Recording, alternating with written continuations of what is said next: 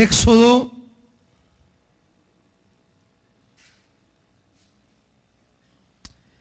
libro de Éxodo capítulo 40.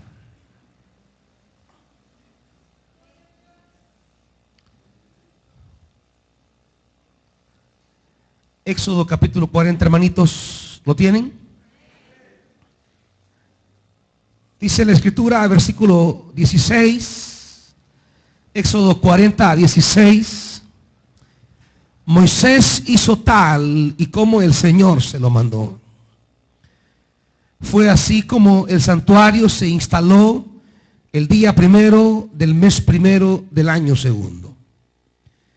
Al instalar el santuario, Moisés puso en su lugar las bases, levantó los tablones, los insertó en los travesaños y levantó los postes.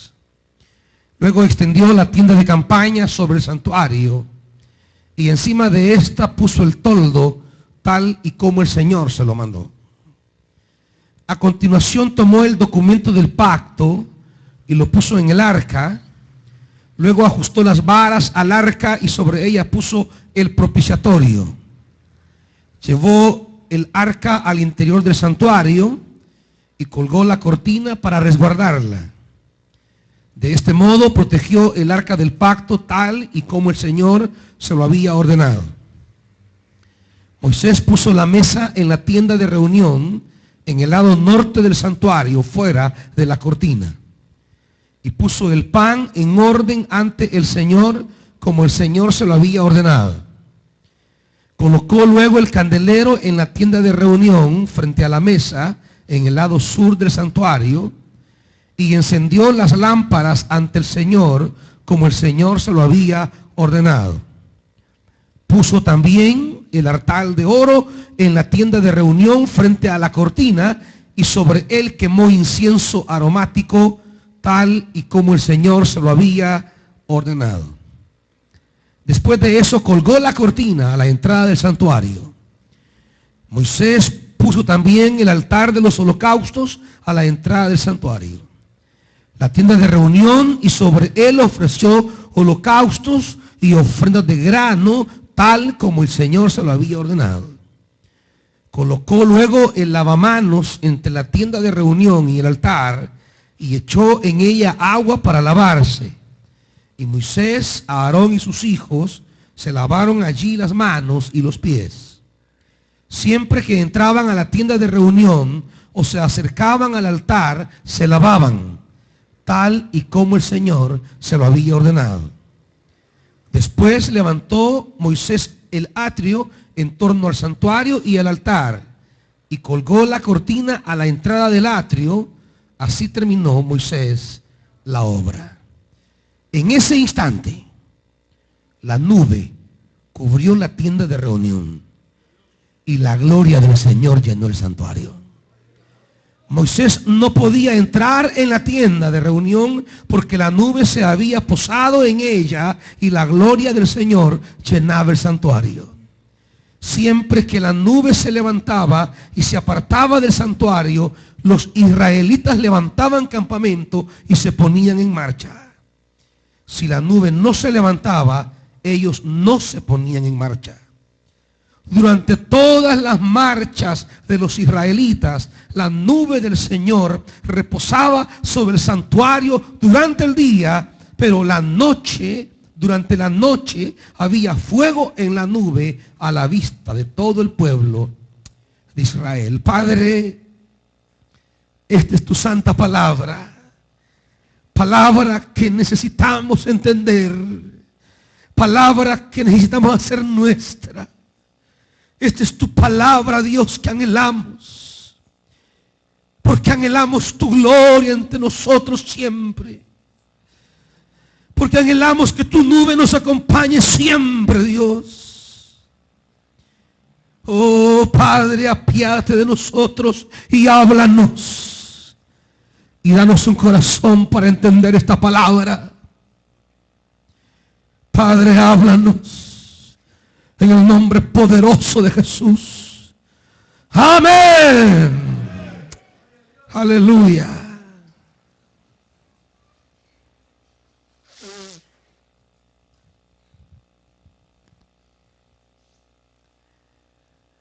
La esencia de la vida de la iglesia, amados hermanos, es la gloria de Dios. Siempre les digo, tómese un tiempo para oír el mensaje que no escuchó. Usted oye el mensaje del segundo culto y yo le digo, escuche también el del primero. No se quede solo con este. Y ahí están ya en internet, en la página de la iglesia, en Facebook, como en YouTube. Ahí está, por fechas. Escucha el primer mensaje. Es el complemento de este. El tema de la gloria de Dios. Sin la gloria de Dios, la tienda era solo un cascarón vacío. Sin la gloria de Dios, el templo más majestuoso no significa nada. La majestad de un templo está en la gloria de Dios que se mueve en ella.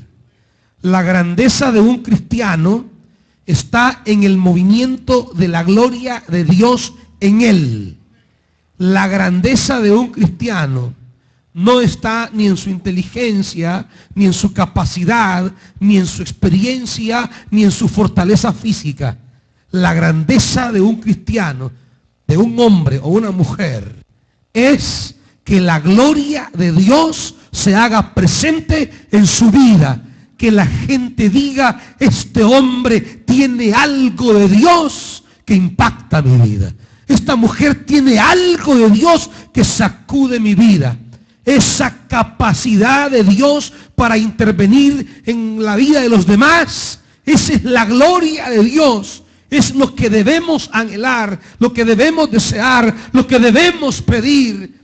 La iglesia ha de ser esa iglesia bañada de la gloria de Dios.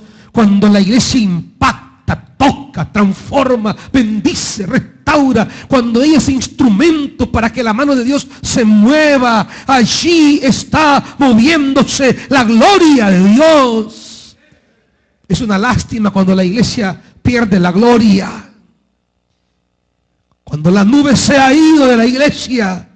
¿Cuántas iglesias vivieron días gloriosos de la nube? Pero un día perdieron la nube. ¿Cuántos cristianos vivieron días gloriosos bajo la nube? Pero perdieron la nube. Dejaron de estar bajo esa nube. Y sin esa nube no somos nada, hermanos. Sin esa nube no vamos para ninguna parte. Sin esa nube, amados hermanos, somos simples extranjeros advenedizos, desorientados por esta tierra. Vamos sin rumbo, sin vida real.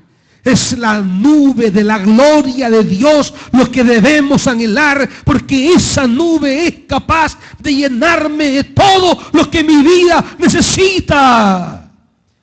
Lo que anhelo en mi vida, lo que sueño en mi vida, lo que requiero para mi vida, todo está en la nube gloriosa de Dios.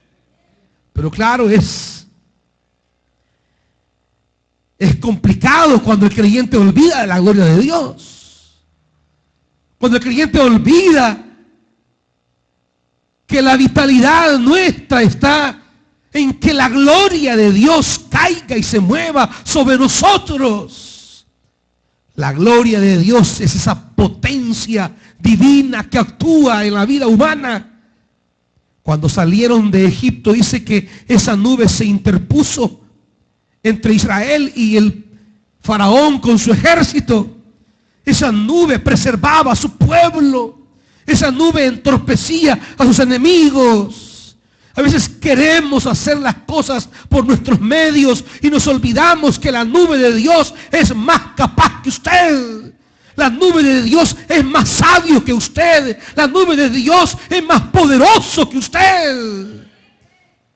Y a veces nos enfrascamos nosotros en tomar en nuestras manos causas perdidas. Perdidas porque no nos dan nuestra fuerza. Perdidas porque no nos da nuestra capacidad. Pero para nosotros es perdida, mas para la gloria de Dios no es perdida. La gloria de Dios puede hacer lo que el hombre no puede hacer. Por eso, si algo ha de anhelar el ser humano, es la gloria de Dios. Porque con la gloria de Dios podemos llegar, podemos alcanzar, podemos obtener lo que ni siquiera en nuestra más fuerza humana podríamos ni siquiera imaginar. Pero que en la gloria de Dios, amados hermanos, nos es alcanzable lo que en nuestras fuerzas es inalcanzable. Lo que en nuestra potencia es inabarcable, la gloria de Dios lo hace abarcable. Pero claro, a veces olvidamos que el tema aquí no es ir a la iglesia simplemente. Que el tema aquí no es ser miembro de una iglesia meramente. El tema aquí es que mi vida camine bajo el influjo de la presencia de Dios. Que mi vida camine bajo la nube. Que la gloria me guíe. Que la gloria me sostenga. Sin la gloria, el templo solo serían paredes. Pero con la gloria de Dios, hasta debajo de un palo de mango podemos estar. Y ahí es casa de Dios, amados hermanos. Lo que hace casa de Dios algo es la presencia de su gloria. Lo que hace casa de Dios mi vida es la presencia de su gloria. Si algo debería el cristiano anhelar, preocuparse, afanarse, así como nos afanamos en un sinfín de cosas insignificantes, es anhelar la gloria de Dios. Si algo deberíamos tener hambre, así como tiene hambre de tortillas y chocolates y pollos y carnes, deberíamos anhelar por encima de eso la gloria de Dios. Es que, amados hermanos, sin la gloria de Dios, una iglesia comienza a vivir del pasado. Cuando la gloria ha desaparecido, comienza a decir la iglesia, ¿se acuerdan antes? ¿Se recuerdan hace 10 años? ¿Se recuerdan hace 5 años? Ah, qué recuerdos aquellos. Ya no hay nada de aquella gloria. Y comienza nada más la iglesia a contar y a evocar el pasado. Cuando una iglesia camina bajo la gloria de Dios, comienza a decir, miren, lo que hicimos el año pasado, Dios lo va a hacer el doble este año. Miren, lo que vivimos no es nada para lo que viene, porque sabemos que para la gloria de Dios, el pasado no es lo mejor. Todavía Dios tiene en sus manos muchísimas cosas más que mostrarnos, que enseñarnos, que demostrarnos. Cuando una iglesia vive en la gloria de Dios, vive en la fiesta del gozo que vivimos el tiempo de Dios y que estaremos viviendo mejores tiempos de Dios. Porque la gloria anima, la gloria da esperanza, da fe, da empuje, da compromiso. Porque la gloria provoca en nosotros cada vez más un eterno peso de gloria. Porque la nube provoca en nosotros cada vez más una expectativa de la obra de Dios. Es maravilloso, amados hermanos, cuando la nube cae y comienza Dios a respaldar, a bendecir, a acompañar, a restaurar, a sanar, a liberar, a reconstruir. Es maravilloso ver la mano de Dios moviéndose para la gloria de su nombre. Es maravilloso ver cómo su poder se mueve para hacer cosas, amados hermanos, como dice la Biblia, cosas que ojo no ha visto, ni oído ha escuchado, ni siquiera el hombre las ha imaginado. Pero esa gloria hay que cuidarla. Esa gloria hay que honrarla. Si la iglesia, si el cristiano, amparado a esa gracia de la gloria, esa gracia de la nube que nos acompaña, nos olvidamos que la nube exige de nosotros una cierta respuesta de vida. Nos olvidamos que la nube reclama de nosotros una cierta calidad de existir. Y nos olvidamos de eso. Entonces, amados hermanos, Cuando se rompe la comunión, la empatía entre la gloria de Dios que desciende y el pueblo que se siente exigido por esa gloria a agradar a Dios. Cuando el pueblo deja de sentirse exigido por la gloria de Dios y el pueblo al contrario, amparado a la gloria de Dios, justifica o encubre cosas contrarias a la voluntad de Dios, entonces la gloria va encontrando un rechazo entre nosotros. La gloria va encontrando una deshonra entre nosotros. Por eso es necesario, amados hermanos, que una iglesia que vive bajo la gloria de Dios se preocupe por honrar la gloria de Dios. Se preocupe por cuidar la gloria de Dios. Un cristiano que ha perdido esos tiempos de gloria tiene que pedirle a Dios y saber buscar esa presencia de la nube de Dios. En este pasaje que hemos leído, Moisés nos señala, diría yo, el camino, nos muestra el sendero. ¿Qué es lo que hay en Moisés? Que al cierre de todo su obrar, dice la Biblia en el 34, versículo 34, en ese instante. Está hablando que lo que va a pasar es respuesta a lo que se ha hecho. La nube cubrió la tienda de reunión y la gloria del Señor llenó el santuario. Esto es la respuesta divina a las acciones de Moisés. Moisés ha emprendido una serie de pasos, de trabajos, de actos, y todos están amparados a una frase que se repitió constantemente en la lectura. ¿Se acuerda cuál era? Tal y como el Señor se lo había mandado. Tal y como el Señor se lo había mandado. Moisés comienza a levantar tabernáculo. Comienza a levantar la tienda. Comienza a levantar ese lugar donde Israel va a reconocer la presencia de Dios. Y cuando Moisés hubo terminado el trabajo, dice la Biblia, en el 33. Así, dice el versículo 33 al final, así terminó Moisés la obra. Pero allí donde Moisés terminó la obra, allí comenzó Dios su obra. Porque hay cosas que nosotros debemos y podemos hacer, y hay cosas que ya no podemos hacer. Pero allí donde nos toca cumplir nuestra parte, cuando hemos hecho lo que Dios nos ha mandado, cuando hemos concluido lo que es mi parte, mi responsabilidad, mi trabajo, en ese instante Dios comienza a hacer la de Él.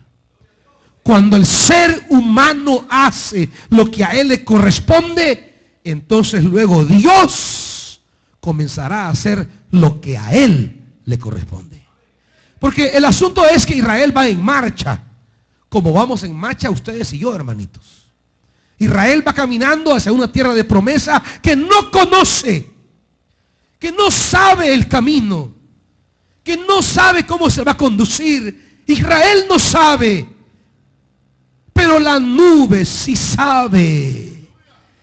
La presencia de Dios sí sabe. Israel tiene que hacer su parte y Dios hará su parte. Pero no esperemos que Dios va a comenzar a obrar si yo no he terminado de obrar.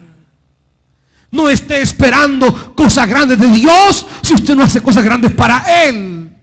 No esté esperando la obra de Dios si usted no pone su parte. Cuando Moisés termina la obra, ahí empieza la obra de Dios. No esté creyendo, amado hermano, que Dios va a obrar en su vida si usted no ha obrado en su vida. No esté pensando que Dios va a caer con su gloria si usted no ha participado en levantar tabernáculo. No esté pensando que Dios va a acompañar lo que usted no hace. Dios va a acompañar aquello que nos toca hacer por orden divina.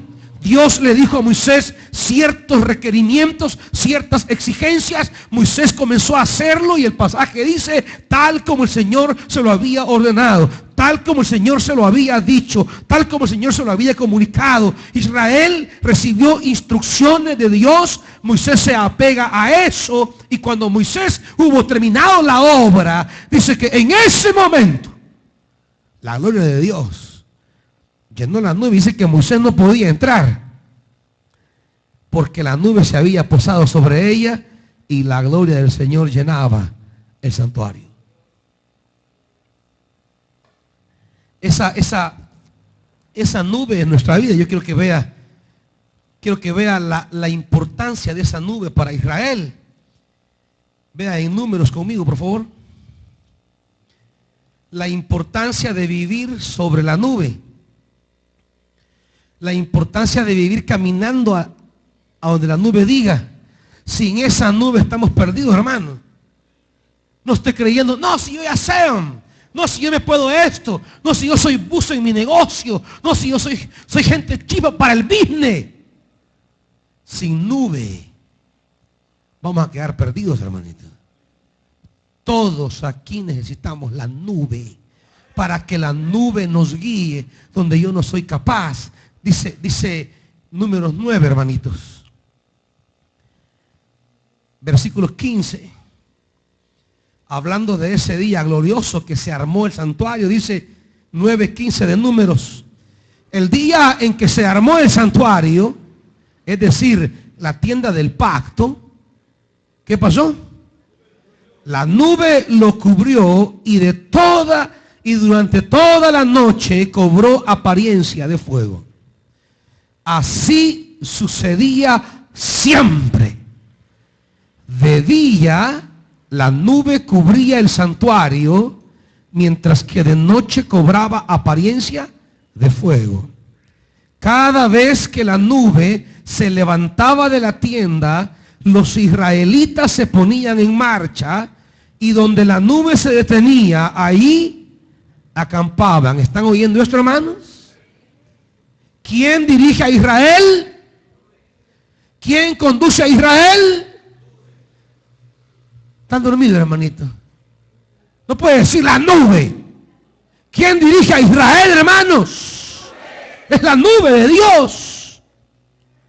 Y dice 18, dependiendo de lo que el Señor les indicara, los israelitas se ponían en marcha o acampaban. Y todo el tiempo que la nube reposaba sobre el santuario, se quedaban allí. No importaba si quedara muchos días sobre el santuario. Los israelitas obedecían el mandamiento del Señor y no abandonaban el lugar. Lo mismo ocurría cuando la nube reposaba poco tiempo sobre el santuario. Cuando el Señor así lo indicaba, los israelitas acampaban o se ponían en marcha. A veces la nube se quedaba una sola noche, pero ya fuera de día o de noche, cuando la nube se levantaba, los israelitas se ponían en marcha. Aunque la nube reposara sobre el santuario un par de días, un mes o más tiempo, los israelitas se quedaban en el campamento y no partían. Pero cuando se levantaban, se ponían en marcha. Cuando el Señor así lo indicaba, los israelitas acampaban o se ponían, así obedecían las indicaciones de Dios. Ahora, quiero que comprenda esto. Somos un pueblo, hermanos, que camina hacia las promesas de Dios en nuestra vida. ¿Se considera usted así, hermano, o no?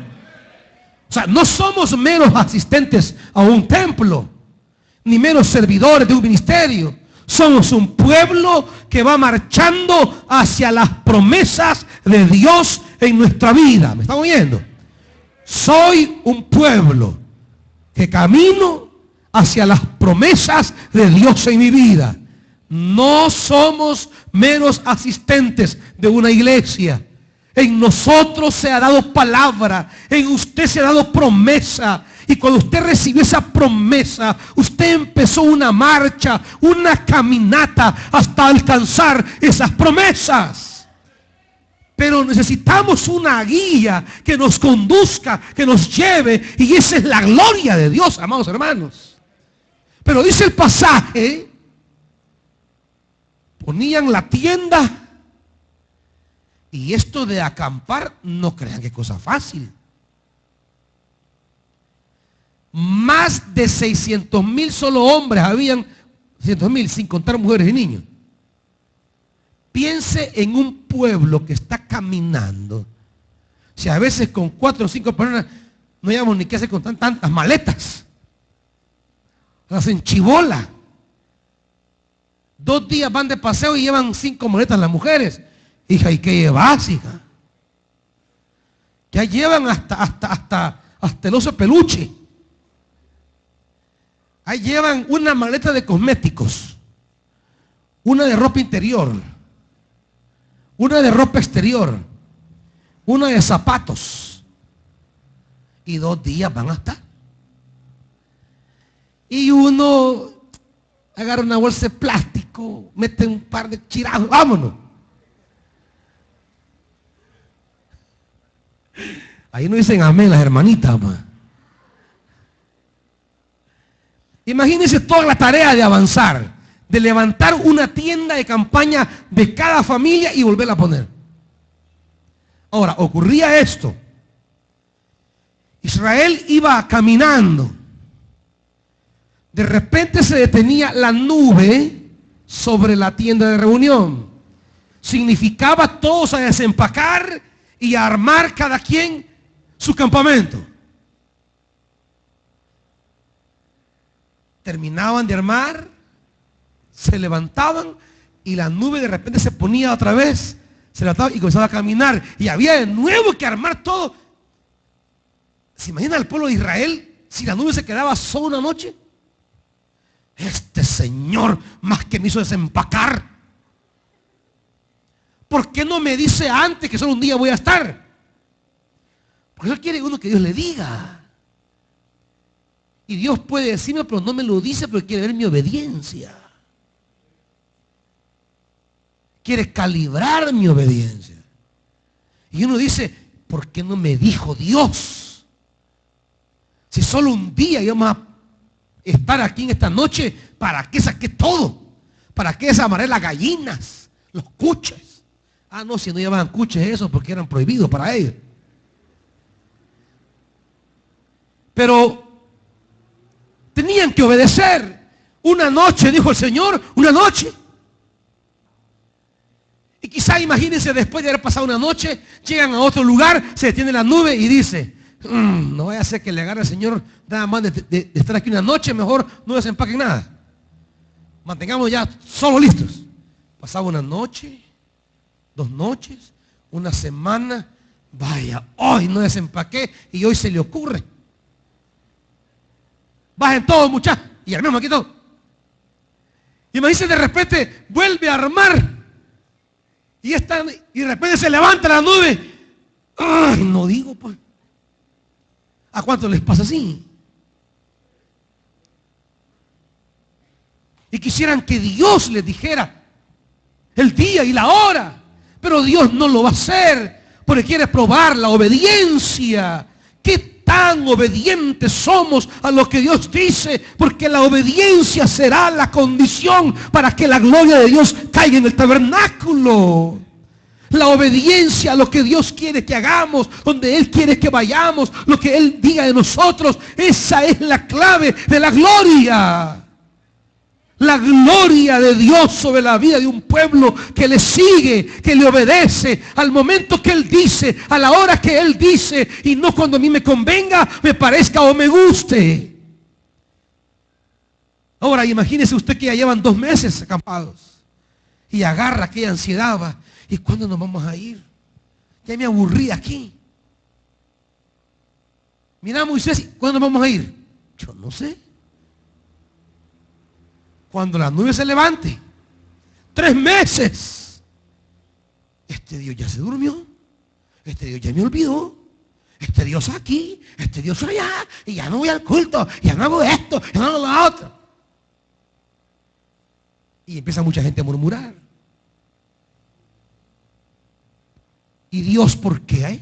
¿Y Dios por qué? ¿Y Dios por qué? Y comienza a ser el enemigo, ¿va? Si Dios no te quiere, ya se olvidó Dios de vos. No. Llegará el momento que la nube se levantará. Y usted, al ver la nube, tiene que seguirla. Si un día va a acampar, así será. Si 10 días va a acampar, así será. Si un año va a acampar, así será. No se preocupe. La nube sabe el mejor momento en su vida para avanzar. La nube sabe el momento propicio para que usted camine. Hay cosas que usted no sabe. Y dice capítulo 10. Siempre de Números, capítulo 10, versículo 33. Los israelitas partieron de la montaña del Señor y anduvieron por espacio de 3 años, durante los cuales el arca del pacto del Señor marchaba al frente de ellos. ¿Para qué, hermanitos? ¿Para qué? Para buscarles un lugar donde acampar. La nube siempre va delante de ti, hermano. Siempre. Dios va adelante. No conoces el camino, pero Él sí lo conoce. No sabes por dónde has de ir, pero Él sí lo sabe. Y lo que hace la gloria de Dios es ir adelante de nosotros, y Él se nos anticipa para encontrarnos un lugar donde vamos a acampar. Él sabe cuánto tiempo estaremos allí. Ustedes y yo no conocemos el camino muchas veces, ni sabemos cuánto tiempo es necesario estar allí, si poco o mucho, pero la nube sí sabe. Sabe si me conviene estar allí o allá. Un mes o una semana, un día o un año. Él sabe lo mejor. Dios siempre sabe más que nosotros. La clave, amados hermanos, para ver cómo la gloria de Dios avanza y guía nuestra vida, es que yo me apegue en obediencia a lo que Él quiere. Es que yo lo siga cuando Él diga. Es que yo me deje llevar por su luz.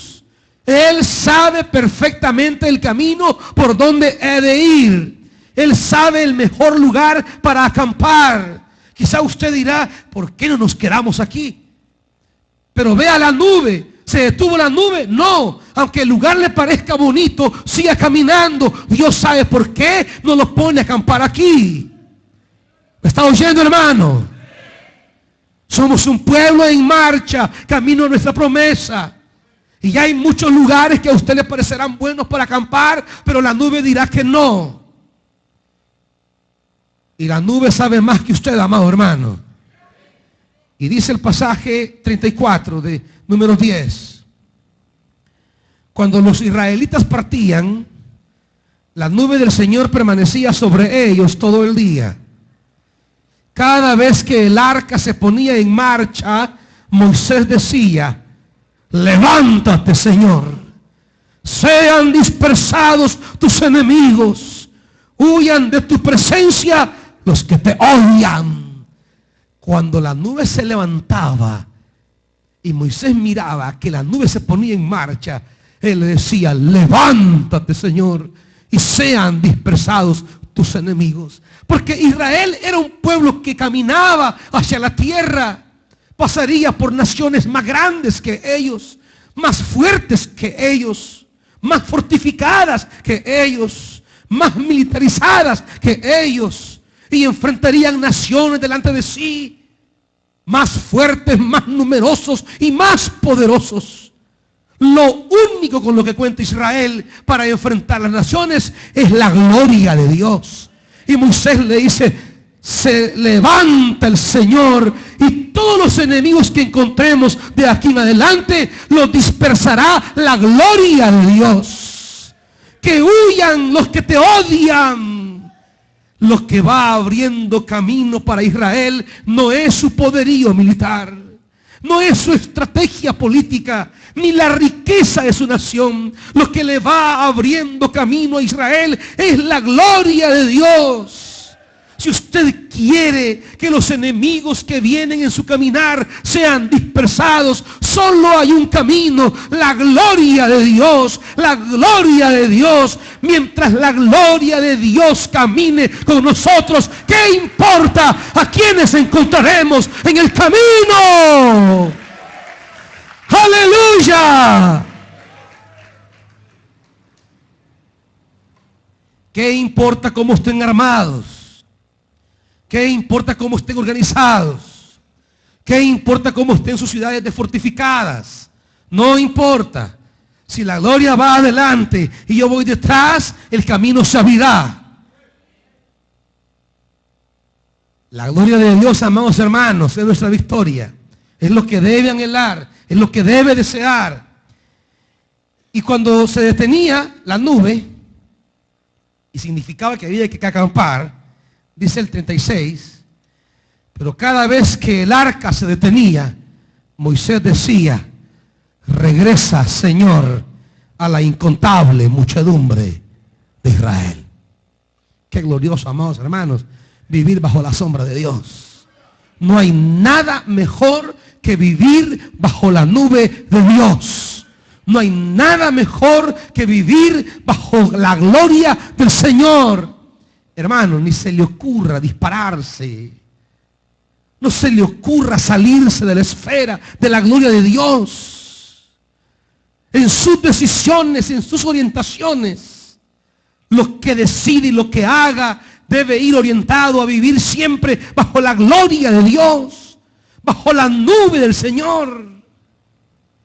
Y claro, Moisés va a preparar todo. Quiero brevemente puntualizar algunas cosas, amados hermanos, de lo que Moisés hizo, que es lo que al final traerá la gloria de Dios.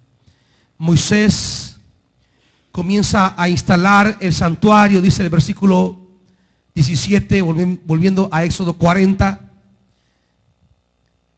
Moisés comienza a instalar, comienza a trabajar, comienza a levantar tablones, insertar travesaños, levantar póster, extender la tienda de campaña y poner el toldo encima. Moisés comienza a trabajar. No esperemos ver la gloria de Dios si no trabajamos. Dios no acompaña a haraganes. Dios acompaña a obreros. Dios acompaña a gente diligente, no perezosa. Dios va a dejar caer su gloria sobre gente que trabaja. Moisés va a emprender una labor, un trabajo, una obra. Señor, quiero ver tu gloria. ¿Qué estás haciendo? Dirá Dios. Pues aquí esperando. Ay, papita, y te vas a atar. Señor, quiero ver tu gloria, quiero ver tu gloria, quiero ver tu gloria. Mire, póngase a trabajar y va a ver la gloria de Dios. Señor, quiero ver tu gloria. ¿En qué servicio? ¿En qué me está sirviendo? ¿En qué área del servicio querés que muestre mi gloria? Aquí veo televisión, aquí en internet, aquí en el cable. No, hijito. Nunca vas a ver mi gloria, dice el Señor. ¿En qué sirve? ¿En qué trabaja? ¿En qué se esfuerza? Aún en la vida personal suya, hermanito, no verá la gloria de Dios si no trabaja esmeradamente. Si no se esfuerza en lo personal, en lo ministerial. Comienza Moisés a trabajar.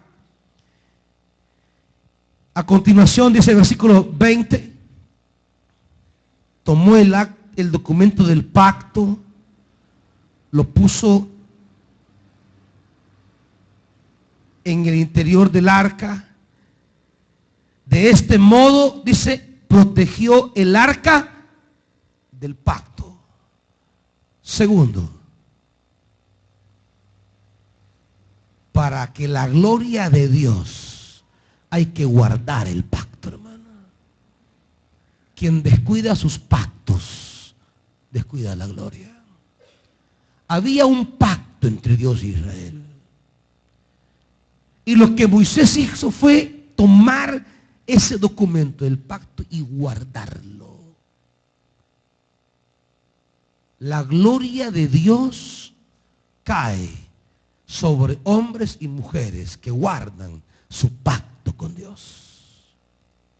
La gloria de Dios cae sobre gente que asume sus compromisos con Dios. Gente que le dice a Dios, esto haré, Señor. Mire, gente que le hace pactos a Dios y ya no se acuerda la otra semana. Ni espere que va a haber así la gloria de Dios. Porque Dios es Dios de pactos. Cuando Dios quiere intervenir en la vida de los hombres, hace pactos con los hombres. Y lo que Moisés hace es cuidar el pacto en el arca. No debemos olvidar el pacto. Moisés le dice a Israel, no debemos olvidar el pacto. Aquí hay gente que dice, maldito si ya no sirvo a Dios un día. Y ya no, se le olvidó la otra semana y anda fregando. Y de su boca lo dijo. Su boca lo condenó. La gente habla sin pensar. Por eso dice Eclesiastés, mire.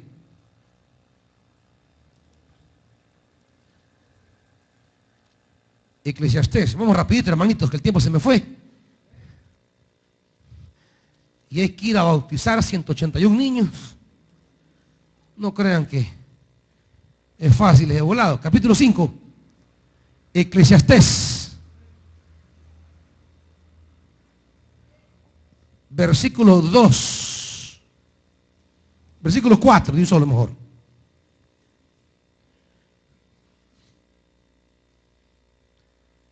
Cuando hagas un voto a Dios, versículo 4, Eclesiastés 5:4, no tardes en cumplirlo. ¿Están oyendo, hermanos?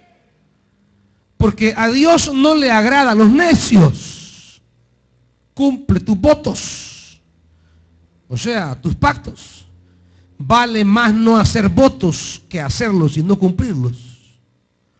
No permitas que tu boca te haga pecar, ni digas luego ante el mensajero de Dios que lo hiciste sin querer. ¿Por qué ha de enojarse Dios por los que dices y destruir el fruto de tu trabajo?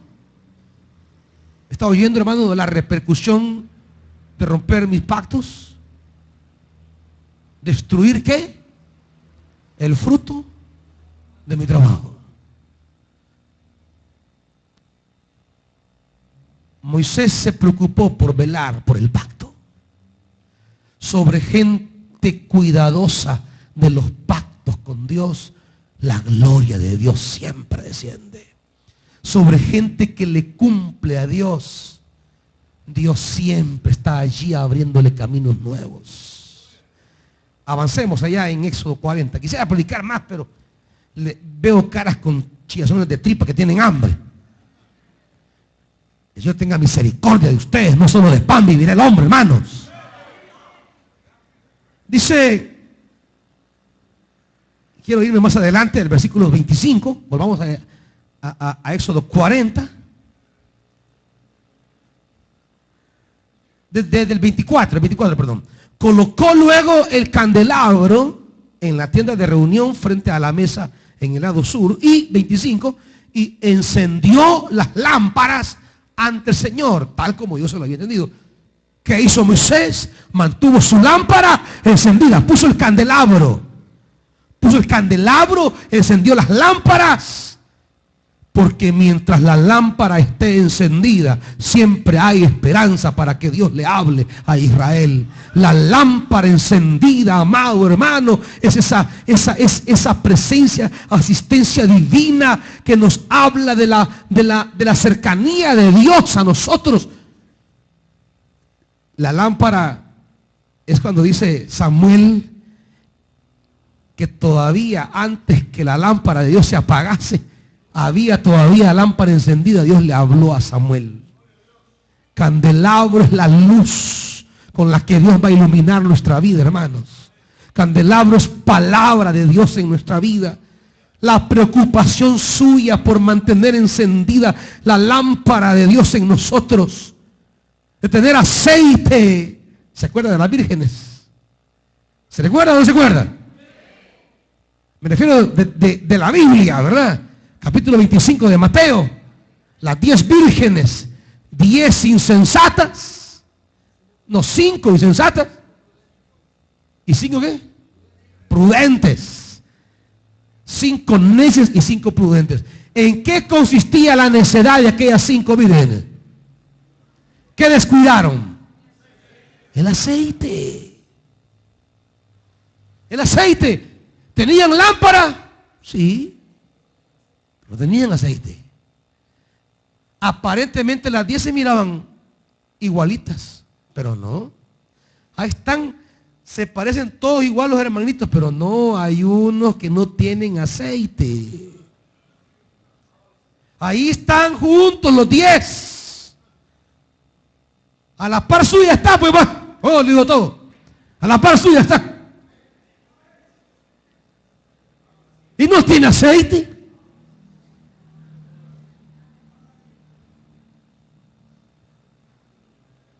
Sobre el pueblo que se preocupa de mantener encendida la lámpara, dándole aceite, el Señor siempre va a derramar su gloria. Avancemos aquí, hermanitos. Dice 29. Puso el altar de qué, hermanos? De los holocaustos.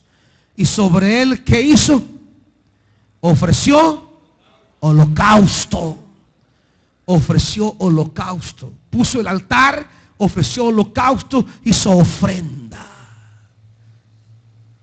El Señor hablaba en la mañana también de este tema. El ofrecerle a Dios. Sobre un pueblo que se vuelca ofreciéndole a Dios, Dios se vuelca hacia ellos ofreciéndoles. Mucha gente está apretadísima porque no le ofrece nada a Dios. ¿Qué le ofrece a Dios? ¿Qué le da a Dios? ¿No ya lo dijo Ageo, pues? Siembran mucho, recogen poco. Y todo se le va como por un saco roto. Porque no levantan altar para ofrecer sacrificio. No levantan altar para ofrecer holocausto. Como decía en la mañana, hay hermanitos que quisieran, ¿y por qué no pasamos de un solo de la alabanza a la predicación?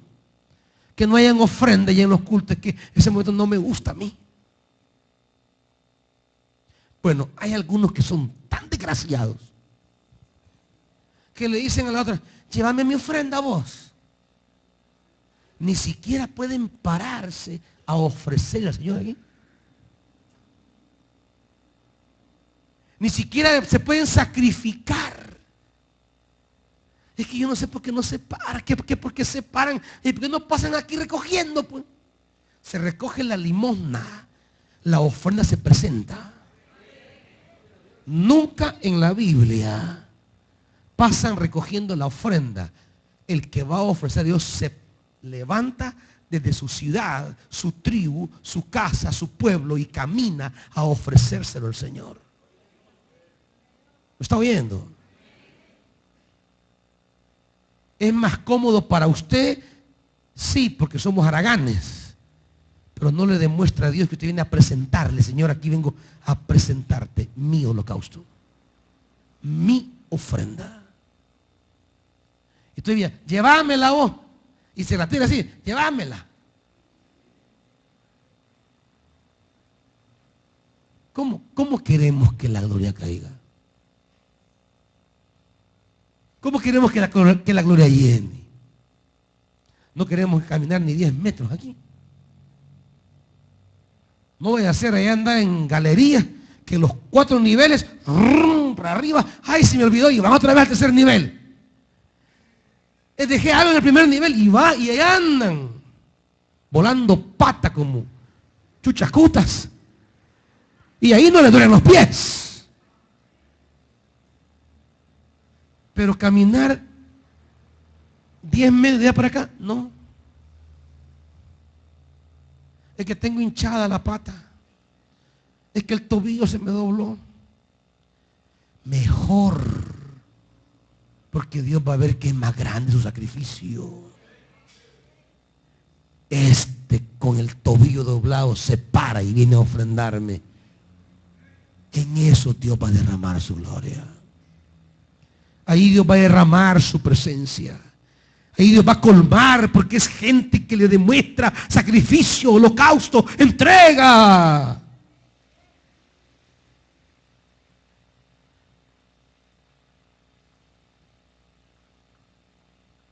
Muchos viven apretados porque no han querido la palabra. ¿O usted cree que a Dios, para bendecirlo a usted, lo limita el ambiente?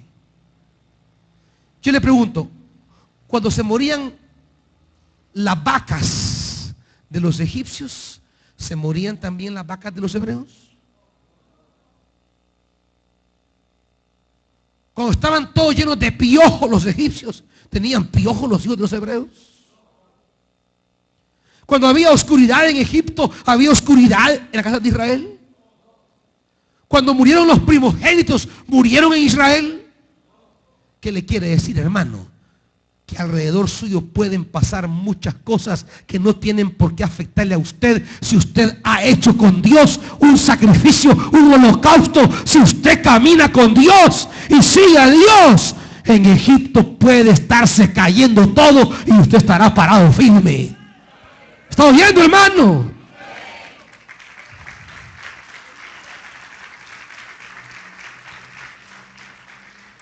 Aquí termino, hermano, el versículo 30.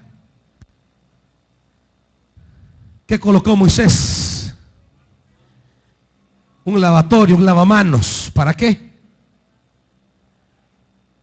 Se lavaban siempre que entraban a la tienda de reunión, se lavaban. Está hablando de un tiempo de purificación. La búsqueda de purificación. Todos tenemos algún pecado en la vida, hermanos. El que dice que no ha pecado, dice la Biblia, hace a Dios mentiroso. Sin embargo, la presencia de suciedad en nosotros no justifica que nos acomodemos a estar siempre sucios. Tiene que haber tiempos de lavarnos. Tiene que haber un momento de limpieza. Tiene que haber un momento en su vida y en la mía en que vayamos delante del Señor, entremos al lavatorio y nos lavemos. ¿Me está oyendo, hermanito? El problema es que no entramos en ese momento. Siempre les digo que el problema no es el pecado, sino nuestra pérdida de sensibilidad a entrar delante de Dios, a que la sangre de Cristo nos limpie. Por eso dice Juan, vaya conmigo, primera de Juan, repito, hermanito, mueve esa Biblia, como que fuera el manual de Ebel o de Avon, que bien saben en qué página están los pintalabios y leí. Primera carta de Juan 1, versículo 9. Si confesamos nuestros pecados, Dios es fiel y justo, nos los perdonará y nos limpiará de toda maldad. Y dice más adelante el 7, pero si vivimos en la luz como Él está en luz, tenemos comunión unos con otros y la sangre de Jesucristo, su Hijo, nos presente, nos limpia. No solo nos limpió, nos limpia. Tiene que haber tiempos en su vida de lavatorios. Tiene que apartar un tiempito luego de haber caminado. Por eso el simbolismo del lavamiento de los pies es importante. Porque ya no tiene que limpiar todo el cuerpo. Porque ya está limpio por la palabra. Pero sí los pies, porque es el pie con que tenemos contacto con el suelo. Y nos caminamos y lo vamos empolvando. Y hay que lavárselos. En la vida espiritual tiene que haber tiempos de pureza. Tiempos de purificación. Pasar por el lavatorio y decir, Señor, yo quiero exponerme ante ti. Quiero examinarme ante ti. Quiero presentarme ante ti. No quiero que se acumule en mí la mugre. No quiero que se acumule en mí lo que ensucia. Yo quiero un lavamiento, Señor, sobre ese pueblo que se preocupa en medio de sus flaquezas y pecados por limpiarse y agradar a Dios. La gloria de Dios siempre permanece ahí, hermanos. Pero aquellos que se endurecen, que se petrifica la conciencia, que jamás tienen un tiempo de confesión delante de Dios, nunca la gloria de Dios llegará ahí. Iglesia, este es el camino.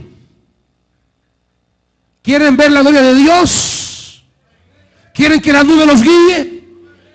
Moisés nos plantea el camino para que la nube de Dios marque nuestra vida. Pónganse de pie, hermanitos.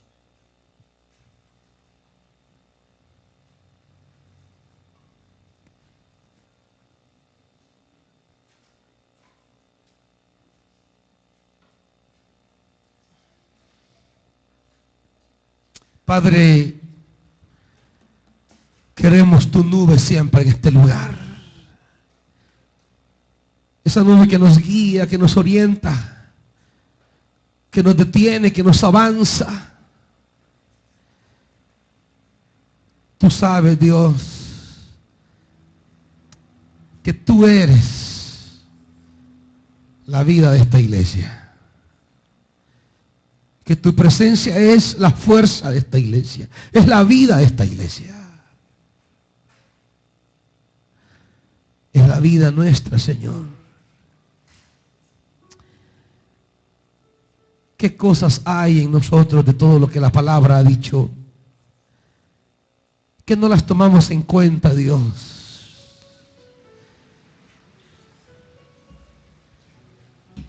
Que no las hemos valorado. Y esto pone en riesgo, Señor, tu nube sobre nosotros.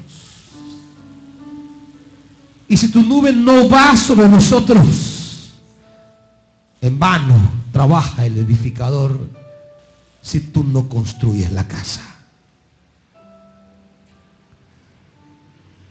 Conforme